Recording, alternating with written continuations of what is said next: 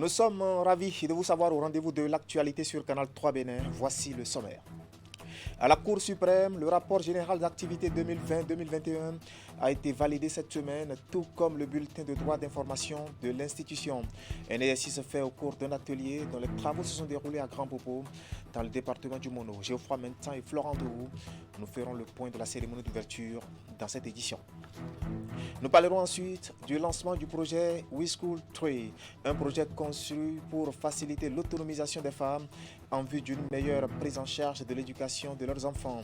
La cérémonie de lancement officiel a réuni à Boïcon des acteurs à divers niveaux, des enseignants maternels et primaires, des partenaires ainsi que l'équipe de coordination de l'ONG We World. Imet Elena Moussou nous donnera les détails dans un instant. Et puis la ministre des Affaires sociales et de la microfinance est en croisade contre les grossesses en milieu scolaire. Cette semaine, Véronique Toinfode-Mewanou a posé ses valises dans le département du Koufou pour sensibiliser les populations sur les mesures de prévention contre le phénomène et les attitudes à adopter pour passer des vacances sans grossesse. Et tout s'est déroulé au CG 1 Koulikamem et au CG Dogbo, nous dirons Geoffroy Mentan et Florent Dourou. Voilà pour le sommaire. Bien bonsoir et bienvenue à notre rendez-vous vespéral de l'actualité. Le rapport général d'activité de la Cour suprême pour la période 2020-2021 a été validé cette semaine, tout comme le bulletin de droit d'information de l'institution. Un exercice fait au cours d'un atelier dont les travaux se sont déroulés à Grand Popola. Nous sommes dans le département du Mono. Retour ici sur la cérémonie d'ouverture avec Geoffroy Mentan et Florent Dourou. 48 heures de concentration et de réflexion. C'est ce à quoi sont conviés ces principaux responsables de la Cour suprême du Bénin réunis pour l'occasion dans cette salle de l'hôtel Bel Azur de Grand Popo.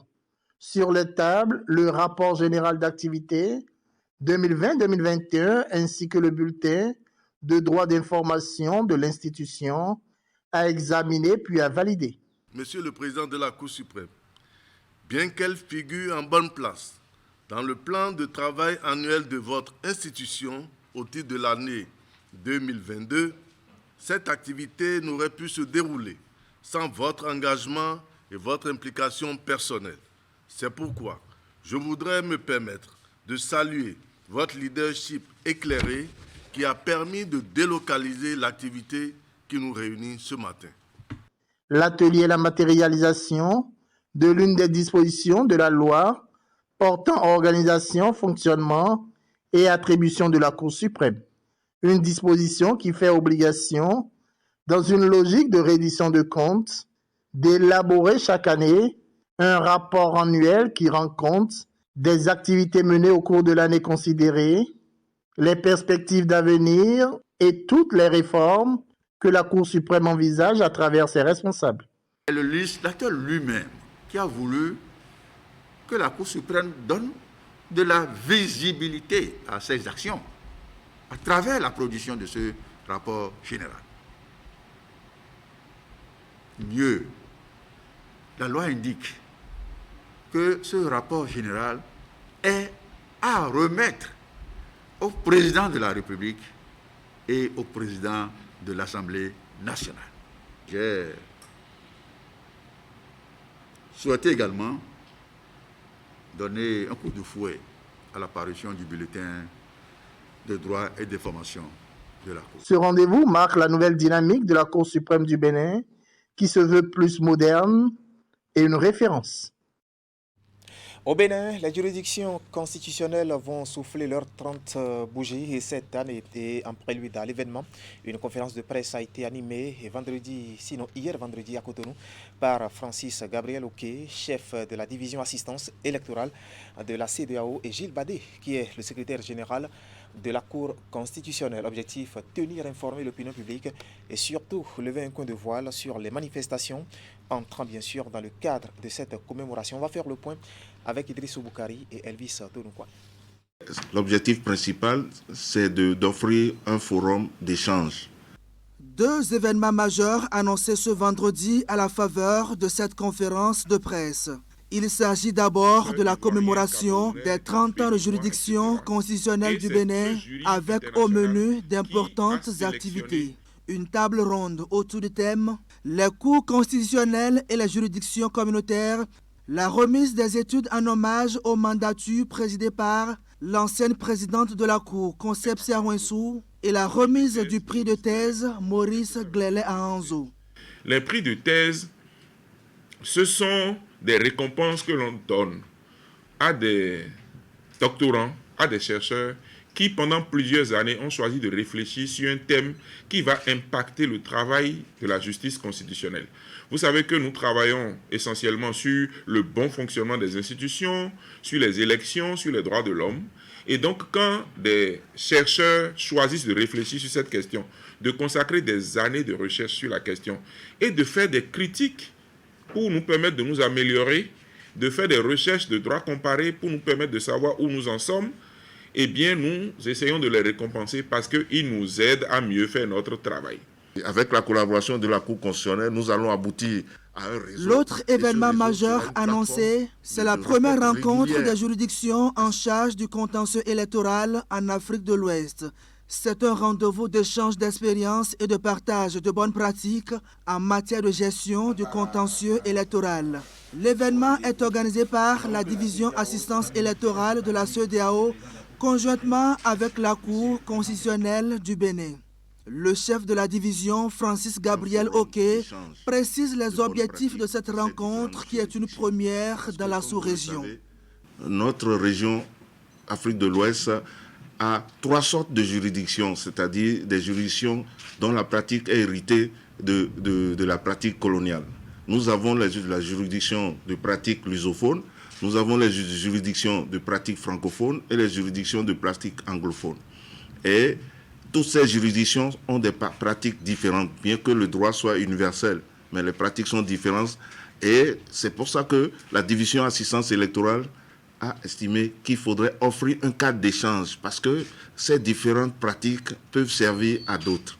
Pour permettre d'avoir une plateforme d'échange, nous avons réfléchi avec la Cour constitutionnelle du Bénin, afin que cette rencontre, ces 2 jours et 3 jours de rencontre, aboutissent à la mise en place d'un réseau des juridictions, un réseau ouest-africain des juridictions en charge du contentieux électoral.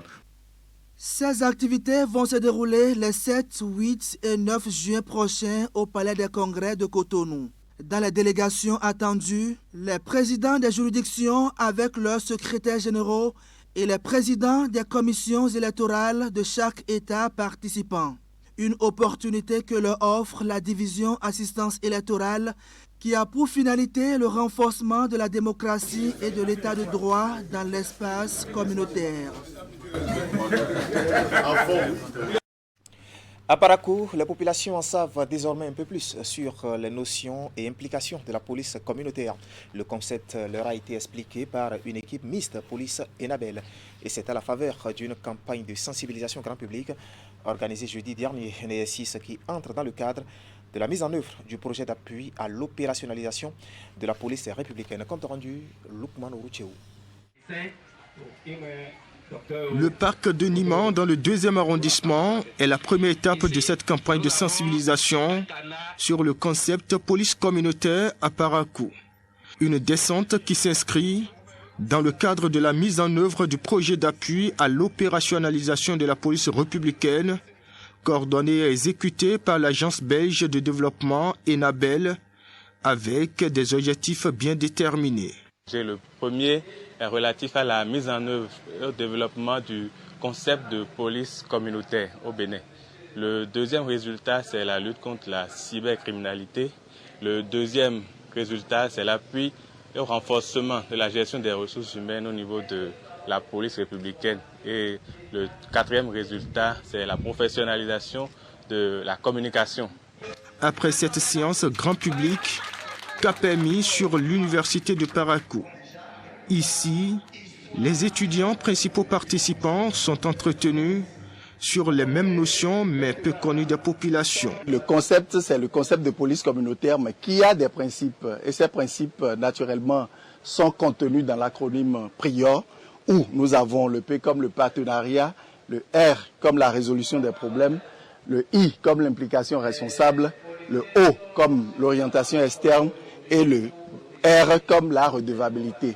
En fait, ça permet à la police de pouvoir mieux connaître la nouvelle méthode de fonctionnement, la nouvelle stratégie de travail pour que les populations puissent quand même épouser désormais notre approche afin de pouvoir nous aider dans la coproduction de sécurité. Convaincu de la nécessité de collaborer avec la police républicaine, le monde estudiantin ainsi que les usagers de la gare routière se sentent concernés par la lutte contre l'insécurité dans une nouvelle approche de la force publique qui se veut désormais plus proche des populations. Là, on aura le feu vert. On n'aura plus peur de dire il y a ci, il y a ça dans tel endroit. La sécurité, c'est surtout la population. Donc nous, en tant que population, nous devons les aider à améliorer de plus leurs tâches. Moi, je pense qu'avec cette approche, nos populations, nous sommes disposés à collaborer, à faire une franche collaboration avec la police pour quand même permettre la quiétude et la sécurité, la tranquillité ici au Bénin. Échange avec des affiches à l'appui, questions-réponses, cash.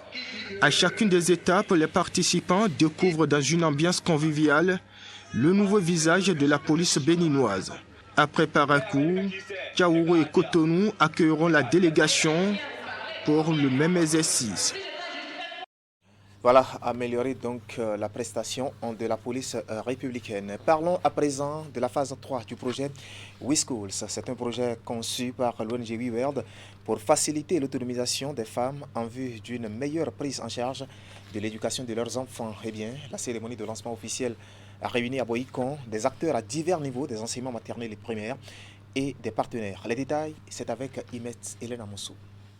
Aux acquis des phases 1 et 2 du projet, plusieurs innovations ont été apportées. WeSchools 3 est un prolongement des 2 premiers volets d'initiatives mises en œuvre par WeWorld dans le but d'assurer une éducation de qualité et inclusive aux apprenants des écoles primaires dans les zones d'intervention. À cet atelier qui consacre le lancement des activités, les différentes parties prenantes se sont retrouvées pour une présentation du programme.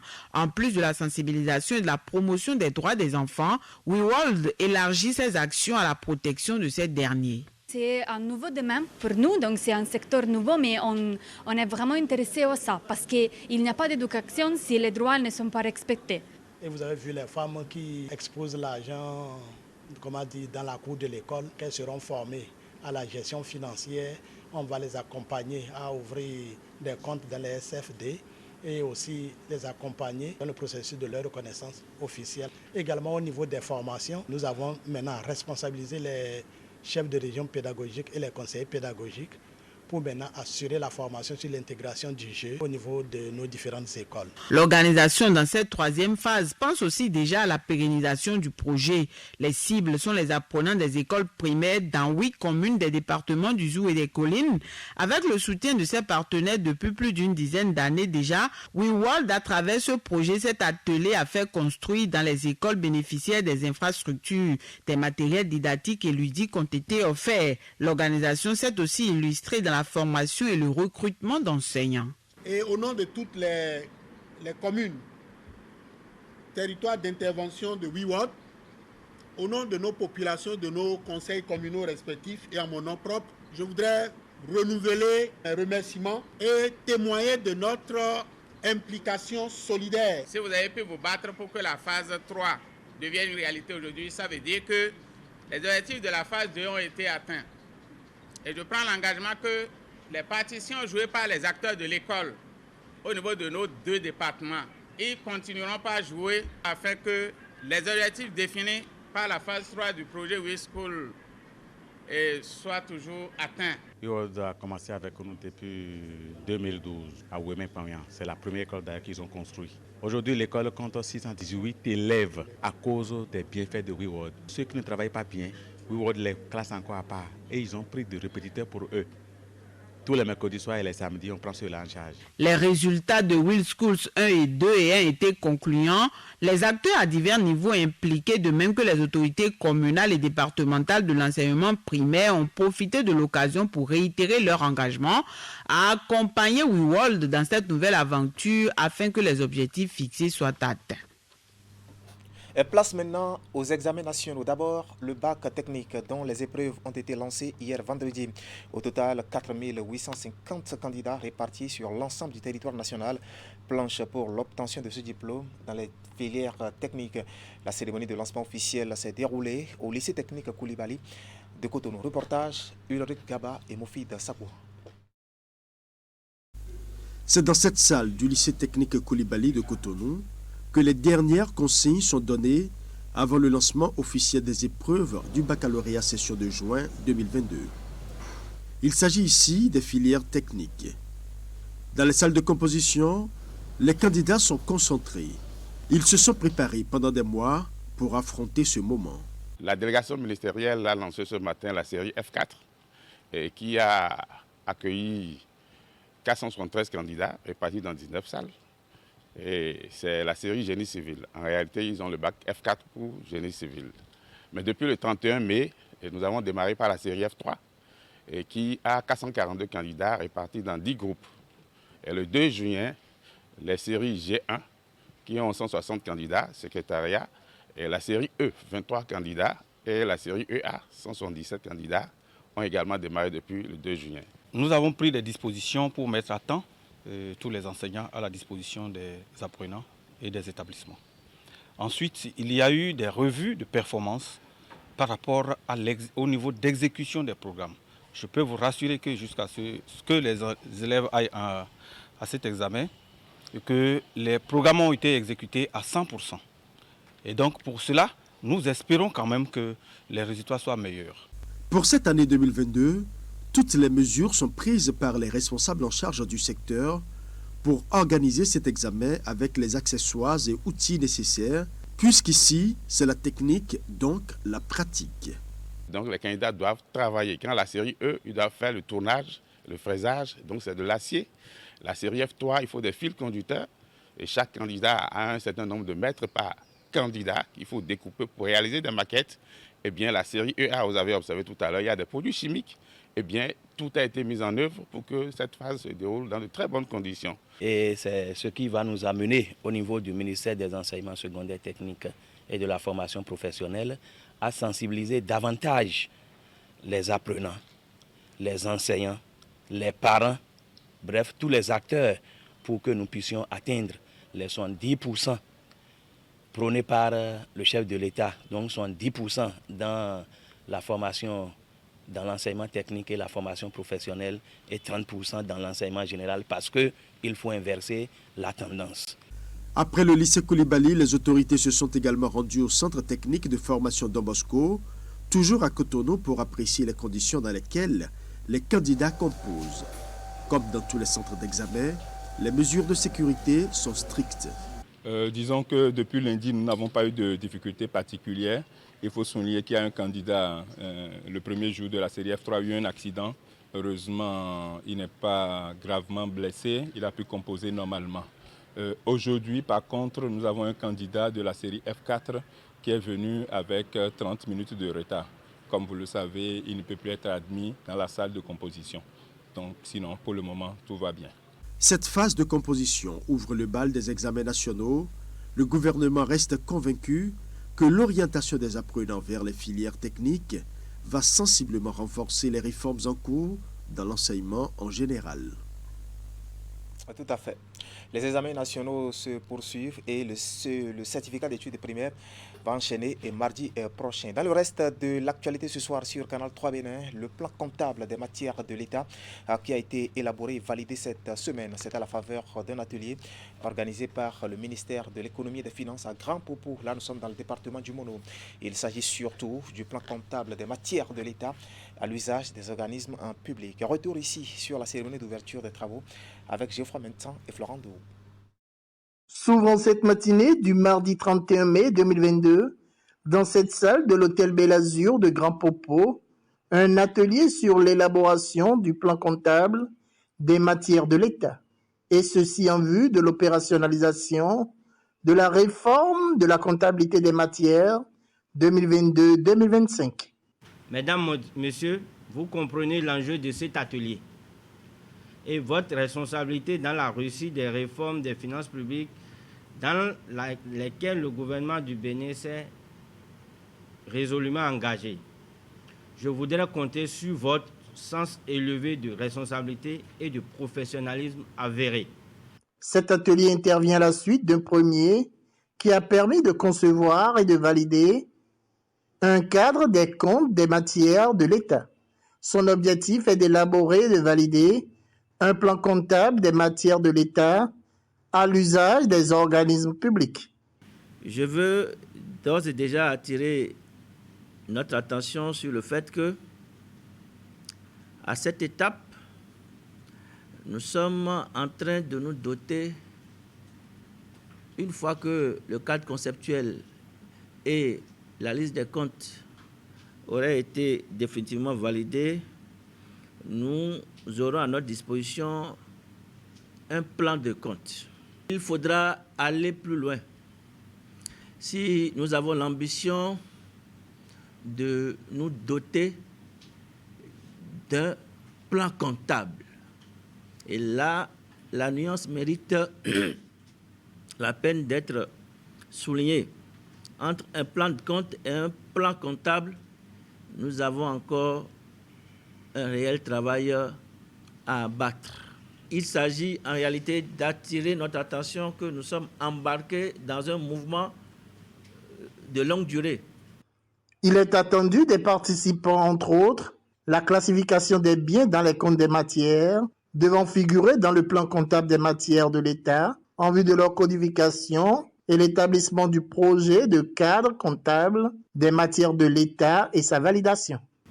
Je ne doute pas de votre capacité à exécuter efficacement ces tâches en vue de déboucher sur le cadre comptable des matières de l'État qui constitue le deuxième livrable représentant le premier référentiel du périmètre P7, comptabilité des matières à mettre à la disposition de l'équipe de développement informatique pour alimenter le périmètre P1, base de gestion des données du SIGFP. L'atelier fait partie d'une série de 3. Il est organisé sous la coupe du ministère de l'Économie et des Finances. Les travaux durent 72 heures. Le PADME amorce sa transformation institutionnelle et l'un des pas importants, c'est l'agrément d'exercice. Et les responsables de cette structure ont reçu l'arrêté cette semaine. Le document leur a été remis par le directeur de cabinet du ministère de l'Économie et des Finances. Compte rendu, Teddy Goudalo. PADME SA reçoit à travers ce geste son arrêté portant agrément d'exercice. C'est l'aboutissement d'un long processus qui réjouit tous les acteurs. En corrigeant le mode de gouvernance mis en place depuis plus d'une décennie et qui a été à la base des échecs successifs de ce processus de transformation institutionnelle, vous avez donné toutes les chances de succès au PADME à travers l'installation d'une administration provisoire qui a été à la hauteur de la mission. Nous reprenons la renaissance de PADME sous le contrôle d'un conseil d'administration bien étoffé. Merci au ministre d'État pour l'accompagnement.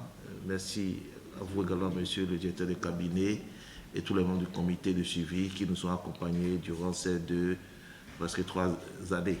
La crise de gouvernance qui a secoué cette institution fait donc partie du passé et les activités reprennent de plus belle.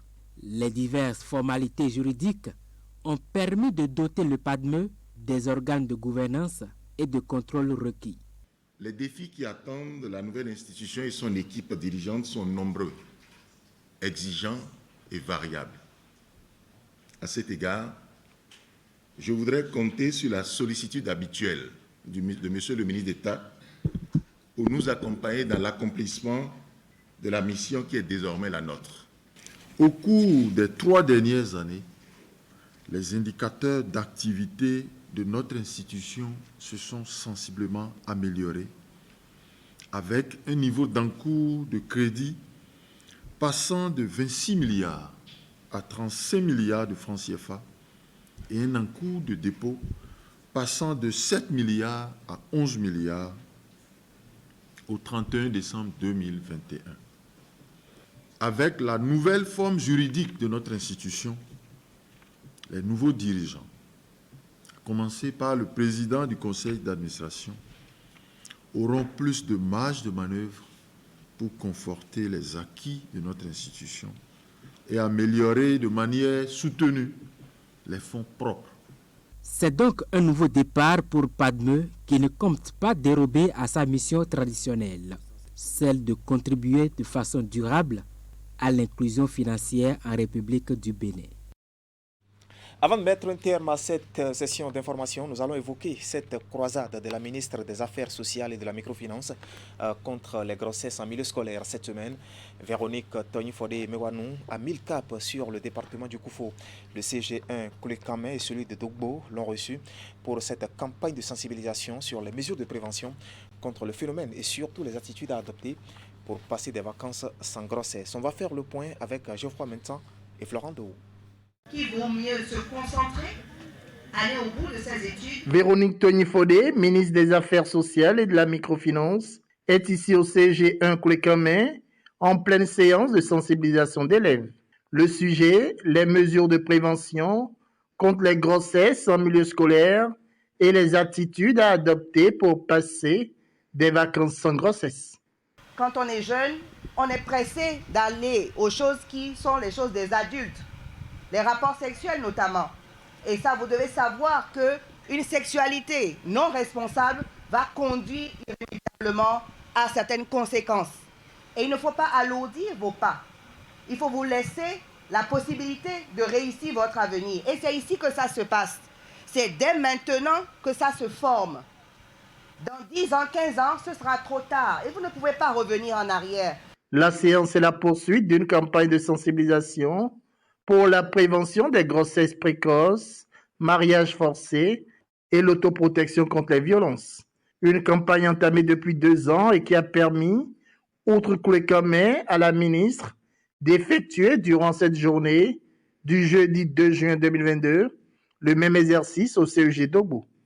Tout ce qui concerne le harcèlement sexuel, je veux dire, les attouchements, tout ce qui concerne les viols, les mariages précoces, nous savons que dans ce département, il y a malheureusement encore des cas d'enlèvement, de séquestration des filles pour les mettre en mariage forcé. Vous le savez, vous entendez parler de ça, mais c'est criminalisé.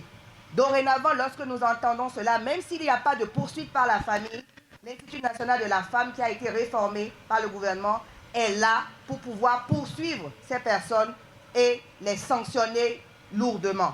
Cette descente sur le terrain aura été une occasion pour la ministre et son staff de faire le suivi des impacts du projet à Gbazaché dans le département du Koufo. J'aimerais aussi résumer en disant aux filles de prendre soin de leurs études, de laisser l'acte sexuel de côté parce que ça ne donne rien de bon.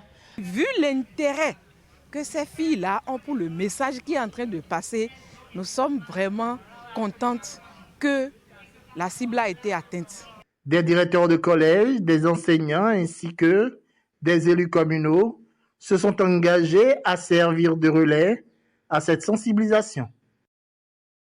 Voilà, c'est l'essentiel à retenir ce soir quant à l'actualité sur Canal 3 Bénin. Toute l'équipe technique et celle de la rédaction qui m'accompagne vous remercie de nous avoir suivis. Restez en compagnie de nos programmes.